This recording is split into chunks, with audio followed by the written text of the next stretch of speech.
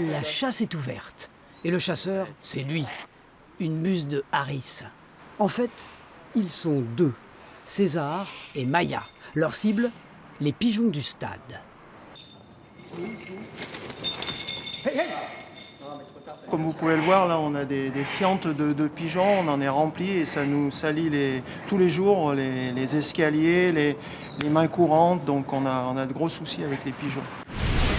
Le gazon est choyé pendant 1 an dans ces 40 hectares de champs avant d'arriver dans un stade. Le temps que l'herbe atteigne la densité voulue, ensuite il est découpé en fines bandes et emballé comme des tranches de raclette.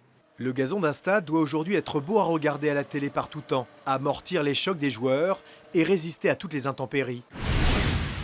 22 personnes ont empoché 12 millions d'euros dans le pays de Vitré. C'était le 28 décembre 2015, mais la Française des Jeux n'en dit pas plus. Certains Vitréens en disent encore moins.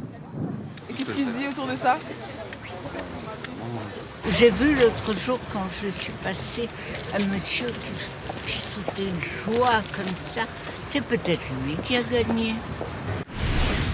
Le zoo du Bouy a définitivement fermé ses portes en septembre dernier. Le directeur est accusé de trafic d'espèces protégées et durant tout le printemps 2015, les résidents ont été évacués vers d'autres parcs.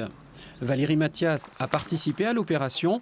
Par amour des animaux, il décide de ne pas laisser dépérir le lieu et veut le transformer en ferme pédagogique, peuplée cette fois d'animaux domestiques. Franchement, j'aime pas les animaux en cage. Il y a un lieu magnifique, un site magnifique pour pouvoir que les gens puissent se promener et qu'ils voient des animaux dans leur milieu, vraiment. Voilà. Action! Ceux qui le poursuivent sont surtout les sbires provenant d'une planète appelée Ulvan. Attaquez-le! Ils cherchent à piller les ressources de la Terre. C'est un mélange de manga, de jeux vidéo, de séries. On essaye un peu de condenser tout ça et refaire à notre sauce.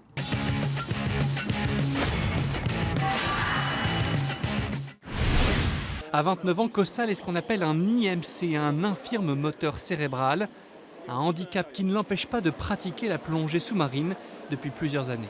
Sous l'eau, le handicap physique de Cossal est moins gênant pour lui.